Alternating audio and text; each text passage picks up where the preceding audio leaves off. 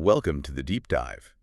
If you run a small hotel, a cozy B&B, or, any business where your financial health is tied directly to the stars people tap on their screen, you know that feeling? Oh, yeah. You get a notification for a new review, and your heart just sinks. A negative review can feel, well, catastrophic.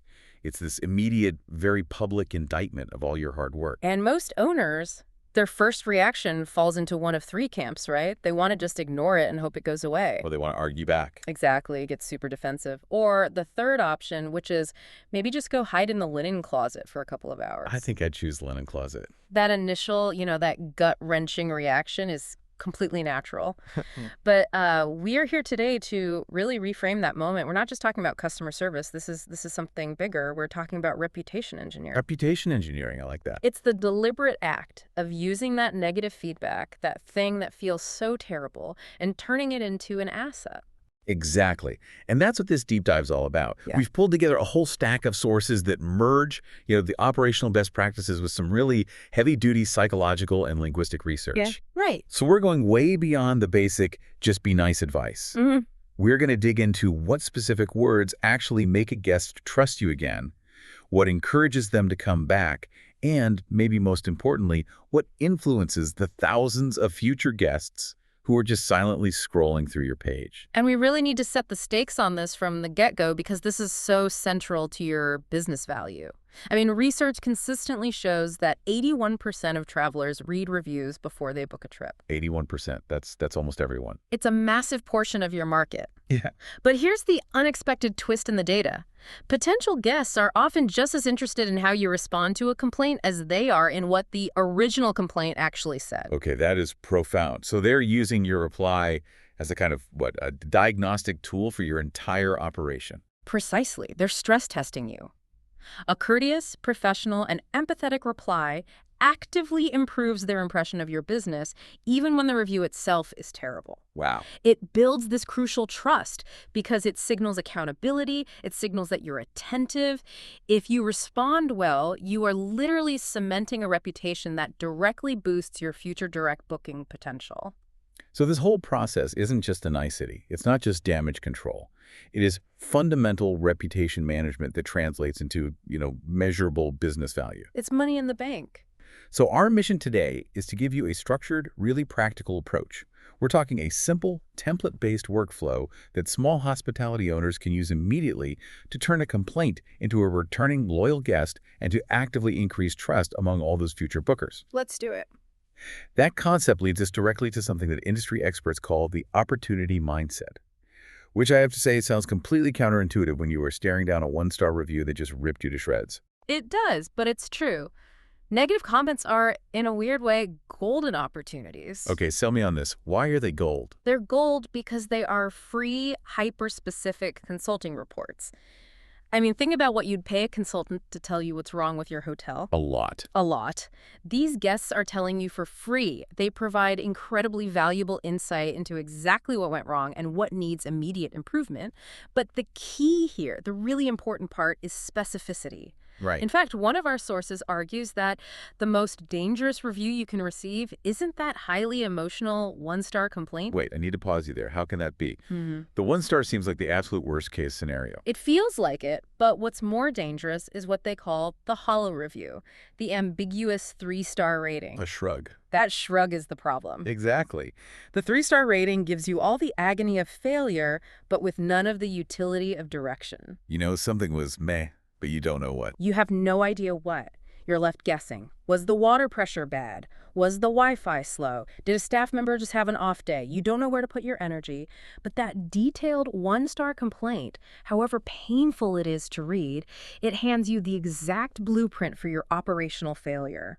Okay, I see that. That specificity is priceless because it tells you exactly where to dedicate your limited time and your limited resources to fix things. Exactly. And that connects to the psychology of it all. Right, the high emotion. A customer who takes the time and the energy to leave a negative review, whether it's on a website, a long email, whatever, is fueled by a really high degree of negative emotion. They're passionate. And this is where we see this really cool concept of emotion as energy. That high negative emotion, it isn't something that's fixed or permanent. It's just a potent form of energy that's currently directed at your brand. So you can channel it. You can convert it. The core insight is that anyone who has that much negative energy can, with the right approach, have an equal amount of positive emotion directed back at your brand. You just need to apply what they call TLC, tender loving care, in your response. So you're turning your biggest critic into potentially your biggest advocate. Your most passionate defender. It's totally possible, but, and this is a huge but, the window for that conversion is extremely small. That brings us to the clock. Yeah. Yeah, in our world today, response time it's a direct signal of how much a business values customer feedback. I'm not exaggerating, it's non-negotiable. Prompt replies are essential. They demonstrate to the guest who complained, but also to every single future guest reading it, that your business is proactive, you're attentive, and you take this stuff seriously. And we have a hard deadline on this, right? Pulled from multiple sources. We do. The consensus is you must aim to respond to negative reviews within 24 to 48 hours. That is fast. 2 days, tops. For a busy owner who's, wearing all the hats at the front desk, they're the bookkeeper, why is that speed so critical? It's what one source calls the festering effect. With each passing second beyond that 48-hour mark, a metaphorical wall just starts to build up between you and that dissatisfied customer. And you lose the chance for that TLC conversion you were talking about. You lose the emotional immediacy. It's gone. If you delay, or even worse, if you just ignore the feedback completely, you drastically increase your risk of what one source colorfully terms reputation hell. Reputation hell. That sounds a little dramatic. It is, but the stakes are that high now. You have to remember, every single customer carries an audience with them. They have social media. They have their own networks. Sure. So an unaddressed negative experience, it doesn't just lose you one future booking from that person. Yeah. It festers, it multiplies online, and it could cost you hundreds of future bookings. Speed is about respect. It respects their time, and it respects their feelings. Okay, so we need speed, but speed without structure is just chaos, right? So let's introduce a core framework. Yeah. A really simple 4-step method our sources recommend. The 4 R's. This is a perfect, scalable method for small business owners to just internalize. Yeah. It's read, react, respond, and repair. And it forces you to deal with the situation systematically before you even think about typing a public reply. Let's break that down. The first R, read. I know as an owner that initial reading just feels like pure anger or maybe panic. How do you approach this step with discipline? You have to force yourself to take a step back, detach emotionally. The goal here is to understand, not just to react defensively. That defensive feeling is 100% natural, but you have to look past the emotion and search for the kernel of truth. The constructive criticism. The constructive criticism. Oh. Even if the guest seems totally unreasonable, there might be a genuine point there about your procedures or your staff training or your facilities. This critique is a window into what your guests actually want. It's a data collection point. Got it. So we read, we detach, we look for the actionable kernel. Then we move to the second R, react. This is all internal, right? This isn't public yet. All internal. And it means taking the claim seriously and dealing with it immediately before you write a single public word. You have to gather the facts. Talk to the staff. Talk to the staff members who are involved. Get their side of the story. Not to assign blame, but just to establish the timeline and the reality of what happened. And this is crucial. If the complaint is about a specific room, a faulty faucet, a lumpy bed, you, as the owner or the highest manager, should go inspect it personally. See it with your own eyes. See it with your own eyes. It ensures you understand the situation completely, and that's going to lead to a much more accurate and compassionate public response later on. Okay, that makes sense. The third R is respond. This is the public-facing action where that 48-hour clock is ticking. Correct. This has to be done quickly and ideally by a consistent person like the owner or general manager to show how serious you are. And the tone has to be personal, professional, polite. And always remember this. You are not just talking to the person who complained. You're talking to everyone. You are talking to the hundreds of potential guests scrolling through your reviews right now. A generic, canned, or defensive reply just does more damage. But a well-thought-out, professional response, it diffuses the negativity, it builds trust, and it shows the human behind the business. And finally, the fourth R, which might be the most important for the long run, repair. This is the systemic action that proves the apology wasn't just, lip service. Actions speak louder than words. The repair step is taking that internal action to fix the root cause you identified back in the read and react phases. A truly effective response takes ownership of the problem and then it offers a solution or a future invitation precisely because you know you have already started the repair internally. Right. The source material really emphasizes this. Getting the feedback is only the first step. The critical part is using that feedback to implement real, lasting change. You have to look internally to iron out the kinks. Yeah, that's vital because if you apologize without taking any action, it just exposes that you're not committed, and that makes the apology even worse than not saying anything at all. Precisely. The system has to improve along with your communication. Okay, now we are moving into what I think is the trickiest part of this whole operation. Yeah. Mastering the tone and making sure the apology feels genuinely sincere.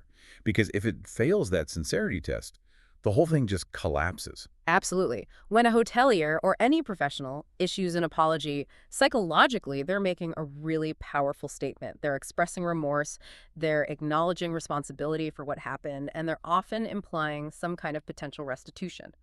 This is an act of trust restoration. And even though you're just typing words on a screen, the tone carries the full emotional weight of that interaction for whoever's reading it. Toe is non-negotiable. It has to be friendly, empathetic, professional. That's how you build rapport and recover the relationship. The goal is to show you truly care, not just that you're, going through the motions. But the apology itself has to be precise. It can't just be a blanket, "I'm sorry."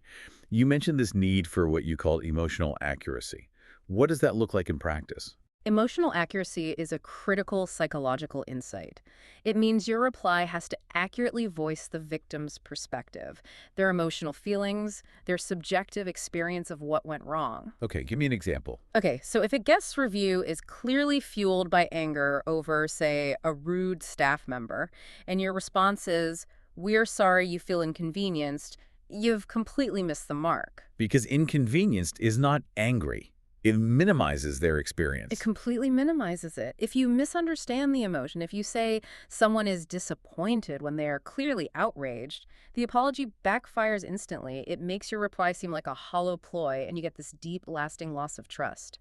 Empathy requires an emotional fit. If that fit is off, it tells them you haven't actually listened. And this is where it gets really fascinating. The whole idea of prioritizing sincerity to avoid this backfire effect. I'm thinking about that UberX study we looked at, which really challenged the idea that an apology is always a good thing. It's such a powerful cautionary tale about overusing apologies. Psychologically, an apology acts as a promise to restore trust. It fosters this expectation of better care in the future. But the research is clear.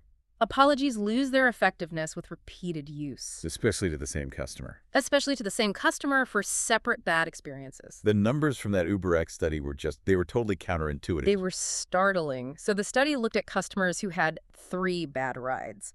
Those who got an apology and a discount only after the first bad trip, they showed a small, about a 2% increase in their short-term spending. Okay, so it worked a little. It worked a little, Yeah. but the customers who got that same apology and discount after each of the 3 bad trips, the third apology resulted in a 7% decrease in their short-term spending. A decrease. So the third apology actually hurt the business. It signals that constantly apologizing doesn't fix the problem, it normalizes the failure. It becomes proof that your business is consistently substandard. The apology is rendered worthless because the behavior never changed. So sincerity also requires, meticulous language Mm. to avoid these little pitfalls that just erode trust. Oh, absolutely. You have to steer clear of passive verbs. Never say mistakes were made. Who made them? Exactly. Passive language means no one takes responsibility. You also have to avoid those vague cliches like, "sorry you feel hurt." That phrasing just puts the burden of the feeling back on the customer. And the absolute killer, the one that drives me crazy, is the conditional disclaimer. Ugh, yes. Definitely eliminate any conditional language like, "I apologize, but." That single word, but, it just cancels everything that came before it. It shifts the blame to external factors, or even worse, back to the guest. A good apology has to be original, timely, accurate, articulate, and smart. Okay, so let's pivot all this linguistic knowledge into a really concrete structure. Based on some of the sources, especially Revenate's tips, we have a clear 4-step structure that ensures professionalism. This is the template backbone. Step 1. Thank the guest by name. If you have their name, use it. And thank them for the feedback, even if it feels brutal to say thank you. Why is that so important? It shows you actually read the review carefully. It signals that you're taking it seriously, and it acknowledges that all feedback, positive or negative, is valuable to you. Okay. Step 2. Apologize for the poor experience and address the issue directly. And there's a crucial distinction here. This is not necessarily an admission of guilt or, legal wrongdoing. It is acknowledging that for whatever reason, a service broke down, an outdated room, whatever, their expectations were not met, and that disappointment they feel is legitimate. And be specific. Be specific. Address the actual issue they raised. The noise, the cold water. Don't just offer a generic, sorry for everything. All right. Step 3. Highlight changes made and invite offline contact. This seems to be about managing the public optics. It is. You use the public reply to state changes you have already made or that you actively intend to make. This connects your response step to your repair step, but publicly. Then, and this is vital, you invite the guest to contact you directly. To get the argument off the public stage. Exactly. You avoid public conflict, and you avoid setting financial compensation precedents online. You give them a direct email or phone number. And here's the rule. Do not promise any form of compensation publicly. That is such a critical point for small business owners. The minute you start promising free nights or discounts on TripAdvisor, you're just opening yourself up to abuse from anyone who claims a similar issue. Or you devalue your own service. It sets this difficult, totally unsustainable precedent, which leads to step 4, which is the private, internal process. Evaluate the need for follow-up. So this is where you decide what to do next. Right. This is the internal action from the 4 R's. If you have the guest's contact info, you can use personalized communication, a private email, a phone call, and if it's appropriate, you can offer that compensation discreetly and directly to resolve their specific situation. So to summarize, the public response is for managing future bookers and showing accountability. The private follow-up is for winning back that one specific aggrieved customer. Exactly. And internally, you have to use their feedback to guide real action. Did this guest experience a systemic problem? Is there an easy fix? Is it going to happen again? The answers have to feed back into your repair system. Okay, this is where we really get into the weeds. We're moving past strategy and into the actual linguistic science of influence. This is so cool. We're diving into a comprehensive study that analyzed TripAdvisor data from Texas hotels using LIWC text mining software. Which, for anyone who doesn't know, is basically a program that scientifically counts and categorizes the specific types of words used in a text. It's incredibly powerful. And this research introduces a psychological concept that is foundational to how guests react to your replies. It's called the need for cognitive closure. NCC, for short. Okay, give us the simple version of cognitive closure. What is it? Okay, think of a customer's mind after they've had a bad experience, like a buzzing fly of curiosity. The need for cognitive closure is just that individual psychological desire to arrive at a definite answer and stop the inquiry. We all hate that unresolved feeling. We want to swat the fly. We want to swat the fly. Your management response either fulfills this need, it gives them a satisfying answer that stops the inquiry, or it disrupts it, which actually keeps them engaging with you further. Which is what you want. You want to keep the conversation going. So let's start with one of the most surprising findings from this analysis. The danger of using causal explanations. Causal words. These are words like because, cause, therefore, due to. The study found pretty unequivocally that management responses containing these causal explanations significantly reduce the number of future customer reviews and engagement. Hold on, that seems so counterintuitive to good customer service. Yeah. I mean, if the hot water failed, shouldn't I explain why it failed? Because the boiler pump burst? Isn't transparency a good thing? Why does explaining why shut people down? It's a cognitive trap. Detailed causal explanations provide a sufficient and often seemingly convincing answer to the customer's question. By giving them the root cause, the pump failed due to unprecedented regional pressure changes, you successfully fulfill their need for inquiry termination. You've solved the mystery for them. You've solved the mystery. You've swatted the fly. And that leaves them unmotivated to think further, ask more questions, or engage in any future reviews of your property. The conversation is over. So if a manager provides a really comprehensive causal chain, they've basically sealed the topic shut in the customer's mind. Inquiry terminated. Precisely. So the practical takeaway here, especially for premium hotels that rely on that word-of-mouth engagement, is profound. Avoid explicit causal explanations. So what do you do instead? You use concrete narration, you explain what action was taken or what the situation looked like, and you leave them feeling like there might still be something to think about. Can you give us a practical contrast, like a causal versus a narrative response? For sure. Let's say the complaint is about a late check-in. A causal explanation would be, "We apologize for the delay, which was caused by a short staffing issue due to an unforeseen illness in our housekeeping department." The customer now knows the cause, illness, and can stop thinking about it. Case closed. Case closed. A better approach, using concrete narration, would be something like, "We sincerely regret the delay. Our team ensured that your room, which was undergoing a deeper, unexpected cleaning, was brought to our highest standard. Since your stay, we have implemented a new scheduling buffer to prevent this specific issue." Ah, so you explain the action and the fix without giving them the definitive reason why the staff failed in the first place. You keep the inquiry slightly disorganized. That's the perfect way to put it. You keep it slightly disorganized. It's a subtle but absolutely critical shift in language. And this plays right into the next part of the analysis: certainty versus uncertainty. Okay, so certain words are things like always, definitely, guarantee, assure. Exactly. Words that signal the responder's mind is completely made up. Hmm. The study confirmed that these words also negatively affect customer engagement. They reduce future reviews. Because they also provide that closure. They affirm a state, they leave no space for questions, they satisfy the need for cognitive closure. Managers should actively avoid using this kind of deterministic language. But then you have uncertain words. Things like perhaps, wonder, might, or maybe. These sound so wishy-washy to me. Why are they valuable? They indicate ambiguity, and they can trigger this slight affective discomfort in the customer. It suggests an absence of finish, a lingering possibility. Now, the study found that uncertain words don't directly increase the number of future reviews on their own, Okay.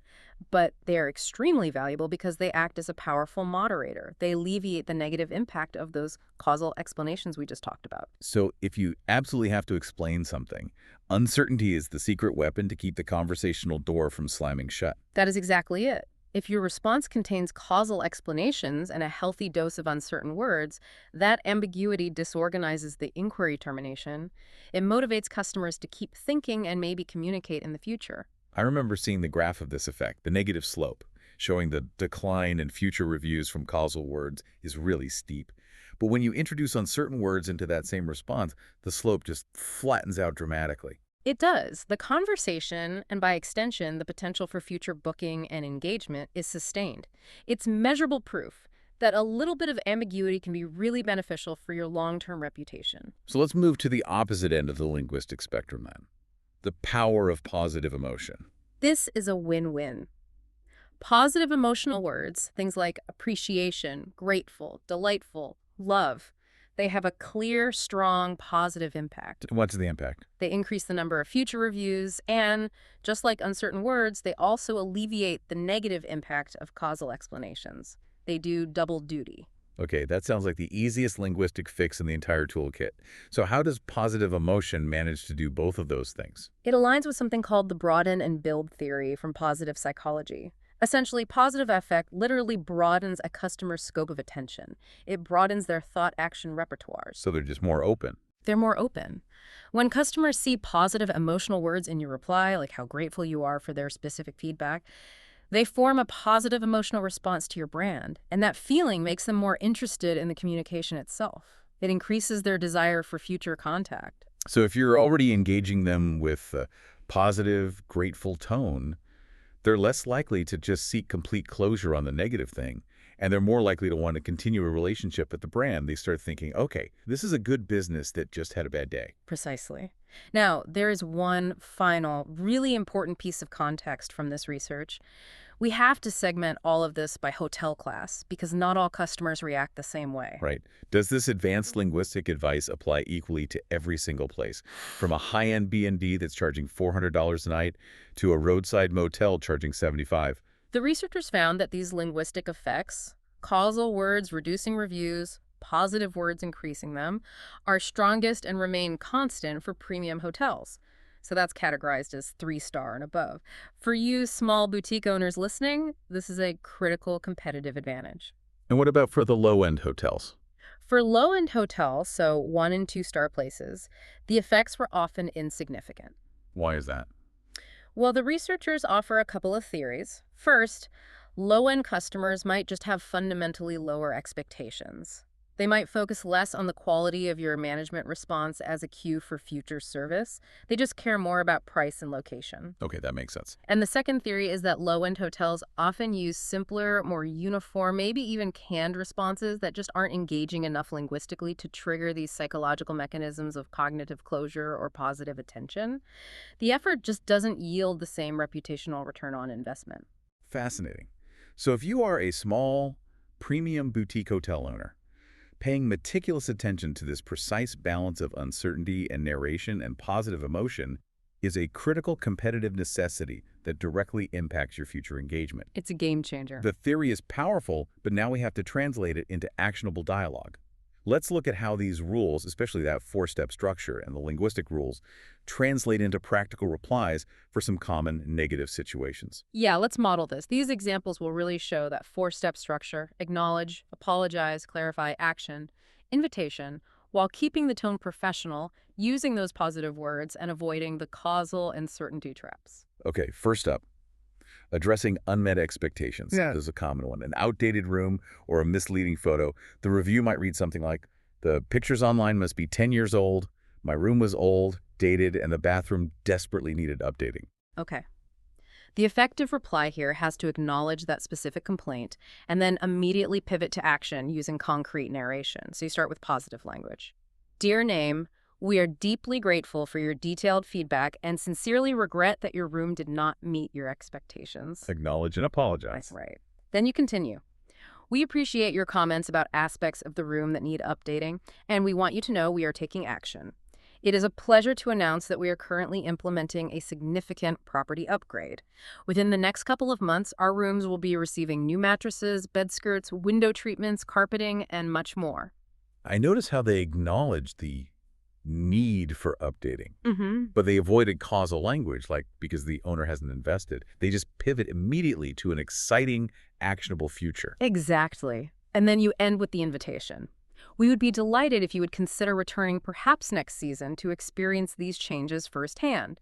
Please contact us directly at email so we may personally ensure your next visit is truly 5-star. And there's that uncertain word, perhaps. Okay, let's look at a recurring, actionable issue. A noise complaint. Review. I was woken up at 6 a.m. every morning by construction noise, and the walls are paper thin. This one is critical because it often addresses a factor that's outside the hotel's direct control, but it still impacts the guest experience. So the manager has to take ownership of the impact, not necessarily the cause. Good distinction. So you'd say, thank you, name, for your thoughtful review. We are so sorry and regret the disturbance caused by external noise during your stay. We acknowledge that the ongoing municipal work nearby is affecting the tranquility we promise our guests. Then you pivot to action. While this construction is external, we have now taken steps to mitigate the impact. We are providing complimentary earplugs, and perhaps we can place future guests in rooms facing the courtyard, which may offer more quiet. They used perhaps and framed the action as a way to mitigate the impact, not a guaranteed fix. And they ended with that direct offer to connect. Yes. We truly value your patience, and we are investigating additional soundproofing options for that wing. We would love the opportunity to welcome you back and invite you to reach out to us at FOM before your next booking so we can personally oversee your room assignment. Okay, let's tackle a really serious one.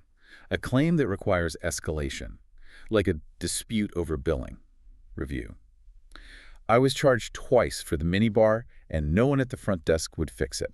This needs an immediate, sincere apology for the failure in service recovery and a strict move offline. So, dear name, we sincerely apologize for the frustration and inconvenience caused by the billing issue you experienced. It is unacceptable that this was not resolved efficiently and courteously by our team during your stay. So you validate their frustration right away. You have to. Then you show action. We are grateful you brought this to our attention. Our finance manager has been notified, and we assure you we are reviewing your charges immediately. The public reply stops there on the details, and then you give the private invitation. To protect your privacy and finalize this refund swiftly, please contact our manager's name, directly at email address so we can resolve this personally and ensure your account is handled correctly. We appreciate your patience as we correct this error. This shows due diligence to anyone else reading the review. You know, the hotel acts quickly, they take financial integrity seriously while maintaining a professional, non-defensive tone and, crucially, not sharing sensitive billing details in public. Absolutely. Now, the final key here is addressing what I think is the most frustrating review for any owner: the silent killer. The one-star rating with no comment. Ugh, the ghost review. Is it even important to reply to that? Feels like there's nothing to say. Yes, it is definitely important. Ignoring it just shows indifference to every future guest who sees it. And you don't know what happened. It could be frustration, it could be that they were just unwilling to engage, or it could have even been an accidental rating. So what's the strategy? You deploy the neutral and calm reply strategy. You have to avoid assumptions. You avoid over-apologizing because that would seem insincere since you have no context. You just keep the tone level-headed and simple. Give us the template for the ghost review. It's a simple acknowledgement. Hi, name. We're sorry to see your low rating. We want every stay to be exceptional, and we'd be grateful to learn more so we can improve. And then you gently invite them to contact you privately. Yep. Encourage them to share the details in a safe space. If you're comfortable, could you share what led to your experience? You can reach us confidentially at email phone. This shows you're open to making things right, which reassures future customers, proving you don't hide from bad feedback. And what should you absolutely avoid in that silent reply? Don't take it personally. Don't be defensive or assume their motives, like saying, "Was this a mistake?" And if that ghost reviewer eventually replies with details, do not argue publicly. Move the conversation immediately to private channels to prevent an unproductive public spat. As we finalize our deep dive here, we really have to touch on compliance and the absolute non-negotiables of a public reply, especially for small businesses managing all these different platforms like TripAdvisor and Google. Right, and while the compliance details might vary a little bit by platform, the golden rule for managing any kind of conflict is the same across all of them. Take the conversation offline. Especially if it involves specifics. If it involves specific, sensitive details or any potential compensation, you must take it offline. Always provide the best, most direct email address for contact, and then follow up privately if you have their information. It shows you're being proactive. And this is also where that internal logging process, the repair step from our 4 Rs, becomes so systemic and essential for your long-term health. That's absolutely right. Every single negative review has to be treated as a valuable piece of just data. Management needs to log these issues internally and use them to drive tangible improvement. We often forget to analyze the data provided by our angriest customers. You have to ask those tough questions. Management has to ask those critical questions internally. Was this a systemic problem, like a staff training issue or a plumbing issue? Is there an easy, affordable fix, like new signage or better earplugs? And is this problem likely to happen again? This process ensures that your public apology is followed by genuine action. That's the key to preventing that repetition trap we talked about earlier. Okay, let's just nail down the critical rules one last time. What should a manager absolutely never include in a public reply, no matter how justified they feel? The non-negotiables are crystal clear. Do not argue or blame the guest, ever. It just makes your brand look defensive, unprofessional, and frankly, guilty to the 70% of the public who are reading along. And we have to resist that urge for efficiency through generalization. Precisely. Do not use generic, one-size-fits-all canned responses. Guests want to feel heard. They want to feel appreciated individually. A boilerplate response just signals indifference and disrespect for their time. And the big one, the privacy one. And this is a major privacy and compliance concern. Do not include confidential personal details.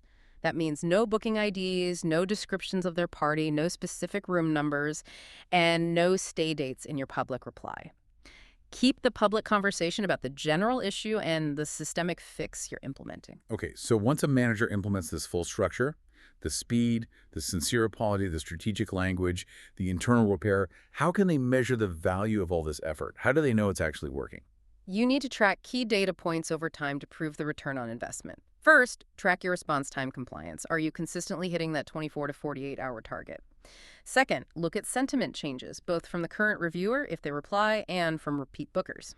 Third, monitor if the issue becomes recurring. If the toilet complaint keeps popping up every month, your repair step has failed. And the big picture. And finally, track your overall reputational score changes across all platforms over, say, 6 months. This data will prove that proactive, strategic response management yields a tangible, positive shift in your reputation and, ultimately, your revenue. So let's bring this all together for you. If you are a small hotel or a B&B owner and you're feeling overwhelmed by review management, just remember the essential ingredients we've highlighted today. It really comes down to 4 pillars. First is speed within that 24 to 48-hour window. Second is empathy. owning the shortfall, showing emotional accuracy without necessarily admitting legal guilt. Third is strategic linguistics, using those positive words to broaden attention and uncertain words to keep the inquiry open. And the last one. And systemic action, making sure the apology leads to real internal repairs that are logged in your system. To make this actionable right now, here is your one-page starter kit structure. The template backbone for every single negative reply is: acknowledge the review and thank the guest by name. Apologize without admitting guilt, focusing on their disappointment. State the action or fixes you've implemented or plan to, and provide a clear invitation to connect privately. And remember that crucial linguistics rule for premium hotels. Inject uncertain words like perhaps, might, or maybe, and be liberal with positive emotional words like grateful or pleased to sustain engagement, and actively avoid causal explanations with because or due to, and avoid ones of certainty like always or sure. This strategy leverages psychology to keep that conversational door open. We spent this entire deep dive discussing the critical necessity of responding to negative feedback and the precision that's required. But this raises one final important question that I think has to guide every owner before they click submit on a reply. We know from the data that an aggressive or defensive or generic or just poorly toned management response actively makes 70% of users less likely to book that hotel. That damage is significant, it's immediate, and it is lasting. So the final thought is this. If an ineffective or generic management response, one that fails the sincerity test, becomes argumentative, or provides too much causal detail, can do further, compounding damage to your reputation, is no response at all actually better than a bad response? It's something every manager has to internalize. Sometimes silence is safer than the wrong words. A profound thought to end on, reminding us that precision in public communication is absolutely paramount to reputation survival.